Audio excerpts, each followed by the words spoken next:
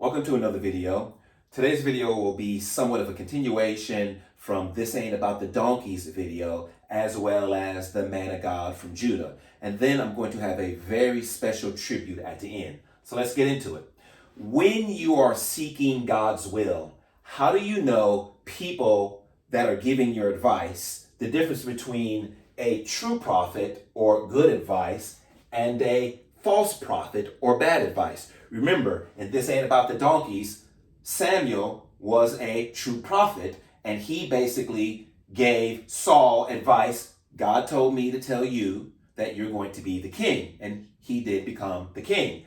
But in the Man of God from Judah, a false prophet told the Man of God from Judah, come back and have dinner with me, which was a lie, and ultimately the Man of God from Judah listened to him and died. So how do you know the difference between a true prophet and a false prophet? Well, I have 4 very quick points. Point 1, live an optimal Christian life. And I'm going to base this off of Isaiah 40:31, where it says, they that wait upon the Lord shall renew their strength and soar like an eagle. When we live an optimal life, that means we're praying, we're reading, we're worshiping, we're trying to follow God's will, his commandments as best we can. Then we're going to be more receptive to the true prophet as opposed to the false prophet. So try to live your most optimal life. The second point is obey God. In the Man of God from Judah, basically, God told the Man of God from Judah, you go tell the king that he's bad, he's worshiping false gods, you don't eat, you don't drink, and you return a different way. So the Man of God from Judah had explicit instructions from God himself. The false prophet came to him and said, hey, God told me to tell you to come and have dinner with me. For whatever reason, the Man of God of Judah disobeyed God, and he went to have dinner, and he died. And so the next point in terms of how do you know who's telling you the truth and how do you know who is not telling you the truth? Well, if God tells you to do something, do it, regardless of what anybody else says. The third reason, pay attention to circumstances. Sometimes somebody might tell you to do something and you try to do it, it just doesn't work.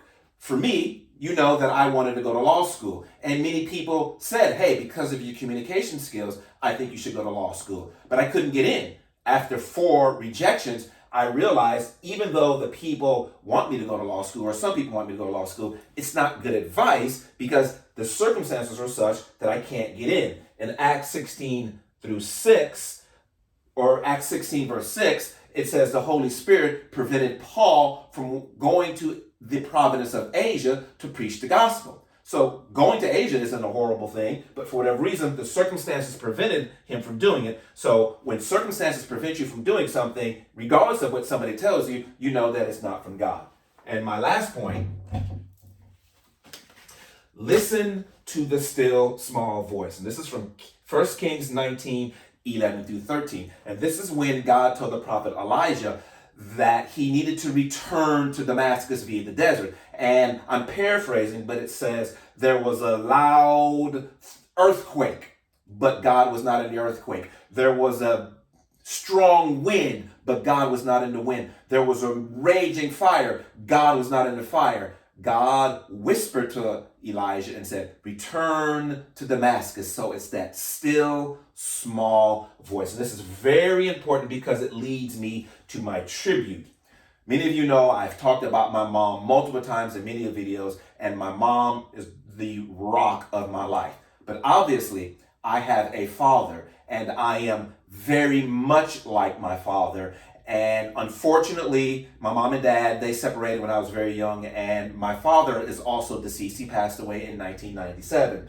But I'm going to tribute the rest of this YouTube video to my father. My dad played football for the University of Minnesota, and he's been with me and amongst you guys more than you realize it, because this picture is a picture of my dad, and there is a picture that I have in my office. He played football for the University of Minnesota, and I'm very, very proud of him playing football for the University of Minnesota. And so I just had a vision.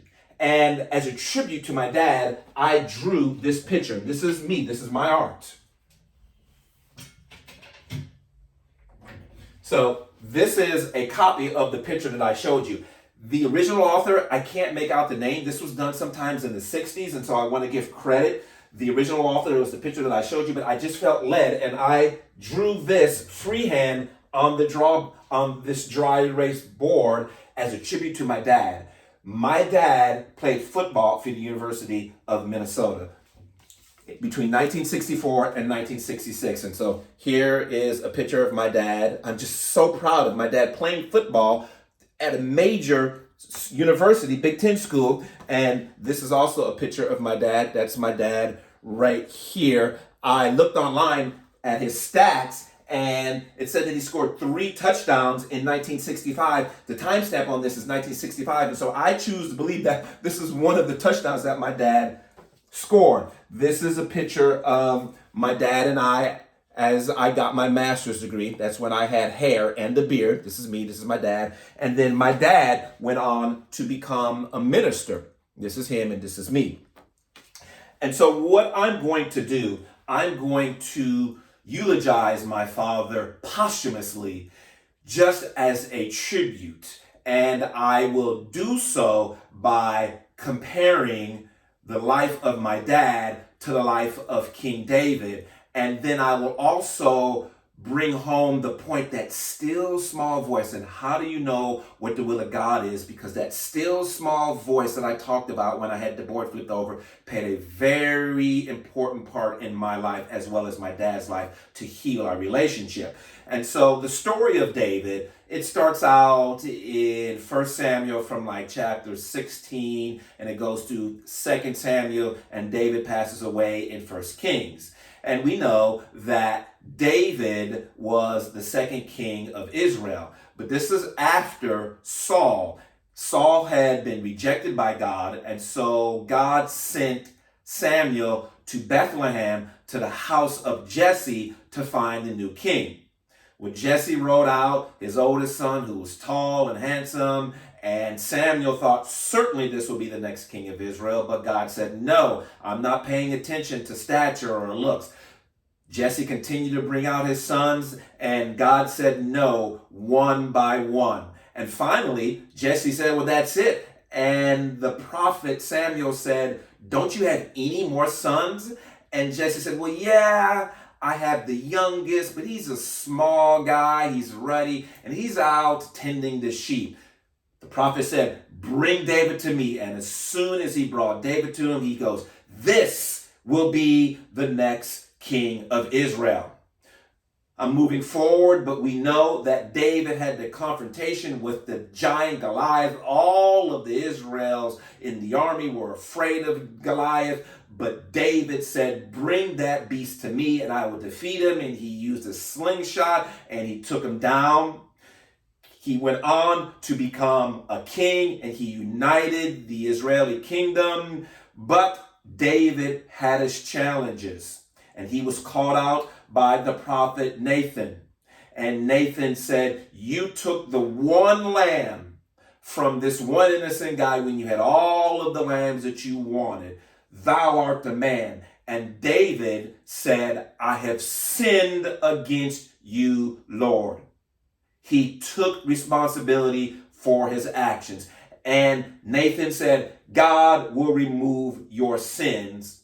And David continued to live his life. He had his challenges, but he was known as a man after God's own heart. Paul said that many years later in the book of Acts when describing David as a man after God's own heart. This brings me to the comparison of David and my dad. My dad was very small, just like me. 5'9", 160 pounds. A little black boy. He grew up in Third Ward, Texas. He went to a local high school, and he had the dream of going to the land of the giants, which I'm calling the Big Ten, and play football. But he didn't get any offers, and so he sent a letter to the coach saying, hey, I am this feet tall and I weigh a whole bunch. And he made his way up to Minnesota, and he was in the coach's office, and the coach didn't recognize him because my dad embellished his height and his weight. And the coach said, you need to leave because I'm waiting for this guy coming from Houston who is a pretty good football player. And my dad said, that's me. I am Ray Whitlow Sr. The coach said, you are not at all like you described yourself in the letter. And my dad said, just give me a chance. And my dad made the University of Minnesota. This is his Letterman jacket, which I still wear proudly. And my dad, even though he was small, even though he was looked over, like David was small and was looked over, he went on to play at the University of Minnesota. In fact, the stat said that he scored 3 touchdowns in 1995, and he played amongst the giants. In today's world of football, if you're small and fast, you can make it. But back in the 60s, you needed to be 6 foot something and 200 and something, but that was not my dad, but he was successful. In fact, my dad told me a story of him blocking a very well-known college as well as pro football player that is still alive today, and I'm not going to say the name because those individuals that know anything about football will recognize this name. But my dad said he cracked back and he blocked this giant and he took him to the ground. So just like David defeated Goliath, my dad went to the land of the giants in Minneapolis, Minnesota, in the Big Ten Power 5 conference, and he slew many giants. Just like David, though, unfortunately, had his challenges, so too did my dad. But just like David said, God, I have sinned against thee, my dad, being a man of God, said, Father, I have sinned against you. And he was forgiven. And my dad came to me and he said, son, I have sinned against you. And I said, Father, I love you. So this is a bonus point. Forgiveness is so freeing. It is so much more freeing than holding any type of bitterness or grudge. And so I urge you, if you are holding against something against a loved one, forgive them and set yourself free. Slaying giants takes its toll on you. And unfortunately, my dad playing football with all of the hits and the concussions that I know that he suffered, it began to take a toll on him physically, mentally, as well as spiritually. But he did move on with his life in a positive way, like David moved on with his life in a positive way. He did go on to become an ordained minister, and the last part of my dad's life and my life were great. And this is a story where I'm going to bring in that last point, that still small voice. It was Father's Day. I was at church. My dad and I didn't go to the same church. So I was at a church in Houston, and I said, Dad, after church, we're going to go and we're going to have a Father's Day lunch. But I was a little tired, and I called my dad back, and I said, you know what, Dad, let's just do it next week. Our relationship was such, we were in a very good place, that doing it the next week wouldn't have been that big of a deal. And so I was on my way back home, and at the time I lived in Baytown. I was almost home. I was more than halfway home, and a still small voice came to me and said, go back and have Father's Day lunch with your father. And so I turned back. I was almost home. I turned around and go, look, Dad, let's go out and have lunch. And so we went to lunch. We went to this local cafe. We had a wonderful time. We went to a health store. He got some protein powder because he said he was going to make another run at getting back in shape. And then I took my dad back home. I gave him a great big bear hug. And I told my dad that I loved him. 2 days later, my mom called me. They had been split. They had a good relationship, but they had been divorced for quite some time. My mom called me and said, son, you need to come home now. I didn't really think much of it. I was working at a sales job, and I just thought that my mom needed to talk to me because we were that close. When I got home, my mom looked me in the eye, and I could tell something was wrong. She goes, son, I am sorry to say that they found your father dead. Apparently, he had a massive heart attack.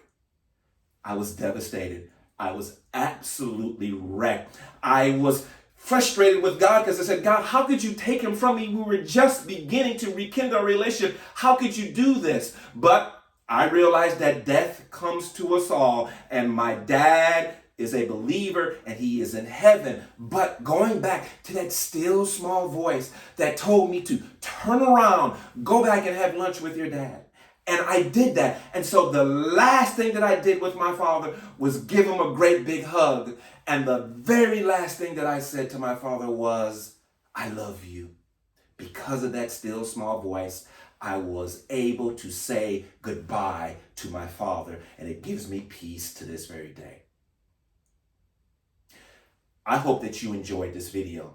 More so than subscribing, if you like the content, please share, because I do believe that I have a gift and I want to share my gift with as many people as I possibly can. And if you feel led, please subscribe, hit that like button, as well as comment and the notification, because it is my plan to put out a video at least once every 3 to 4 weeks. Thank you very much for allowing me to share this special tribute honoring my father, Ray Errol Whitlow Sr., born May 12, 1945, went to be with the Lord June 24th, 1997. Long live the King, who was small and overlooked, but went to the land of giants and slayed.